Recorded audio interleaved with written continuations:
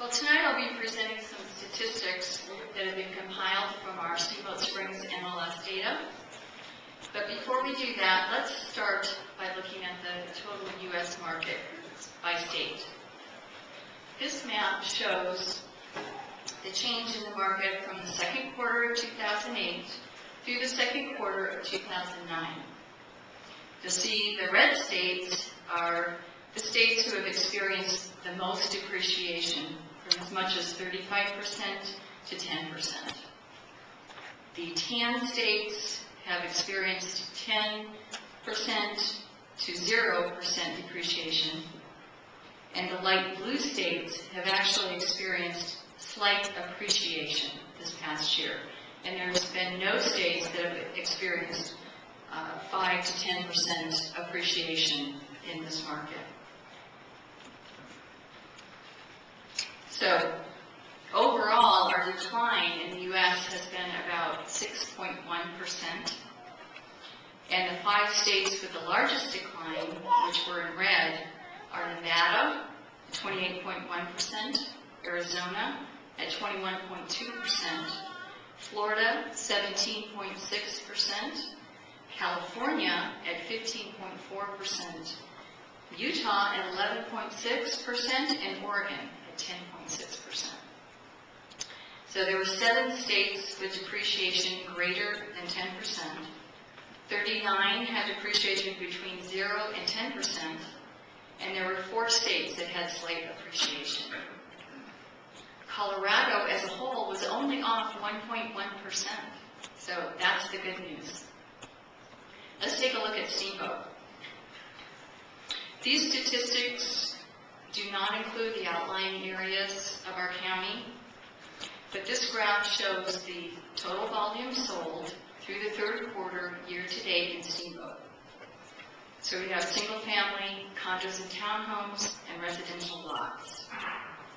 So the blue bar represents 2006, the white is 2007, the gold is 2008, and the gray is 2009. So as we know, our peak was in 2009 with the white bar. Oh, I'm sorry, 2007. The next graph shows the number of transactions through the third quarter year-to-date. And we again see that 2006 and 2007 were high, with 2008 and 2009 coming down. The 2009 total volume sold in all areas of the market are down significantly since the high of 2007. It's about 79%. And the number of transactions in 2009 are down as well since the highs of 2007, about 81%. But what has happened with the average sale price and the average price per square foot? Here we see the average sale price broken out for single-family, condo townhomes, and residential lots. Again, from 2006, prices continued rising through 2008, even as we saw volume and number of transactions dropping in 2008. Single-family had the most dramatic drop in 2009, as you'll see here. On average price per square foot, we see that, again, prices were still rising through 2008, with our first drop coming in 2009 for both single-family and condos. So although average sale prices are down almost 50% from the spike of 2007, they are still at 2006 prices. The price per square foot is also down by over 40% from the peak, but still are above 2006 prices. And when we look at condos and townhomes, we see that the average sale prices are actually up from 2007 and 2008, and the price per square foot is also up from 2007. This is due somewhat to the sales of new inventory.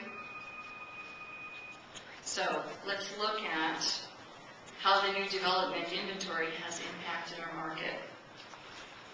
We see that for a total units sold for condos and townhomes, we had 109 units. The average price is $396 per square foot. For new inventory, there were 21 units sold at an average of $703 per square foot. If we take out the new inventory and revise the number of condos sold, we have 88 units at an average price of $352 per square foot. So what is actually selling right now? For single-family homes, we've had 47 sales this year. 39 of those are under $800,000, which is 83% of all transactions. There were 4 sales greater than $1.5 million in 2009, and there were 17 sales greater than $1.5 million in 2008. So there's a big difference there. And what is it actually selling for condos and townhomes? We had 88 sales this year, excluding the new projects. 64 of those are under $600,000, which is 72% of all transactions. 6 sales were greater than $1.5 million in 2009, and 11 sales were greater than $1.5 million in 2008. So again, we see a big difference there. So how are the transactions being completed? For single-family homes, we see that closed transactions in 2009, sale prices have been 92% of list price. The lowest offer accepted has been 82% of list price. And for condos and townhomes, closed transactions in 2009 show sale prices have been 90% of list price, and 4 offers were accepted in the 70% range of list price. So what does this tell us? Homes need to be properly priced to sell in this market. Homes that are properly priced are getting activity. And if a property has been listed for a significant amount of time to get the buyer's attention, price reductions have to be made. Buyers are not spending time lowballing inventory that is overpriced.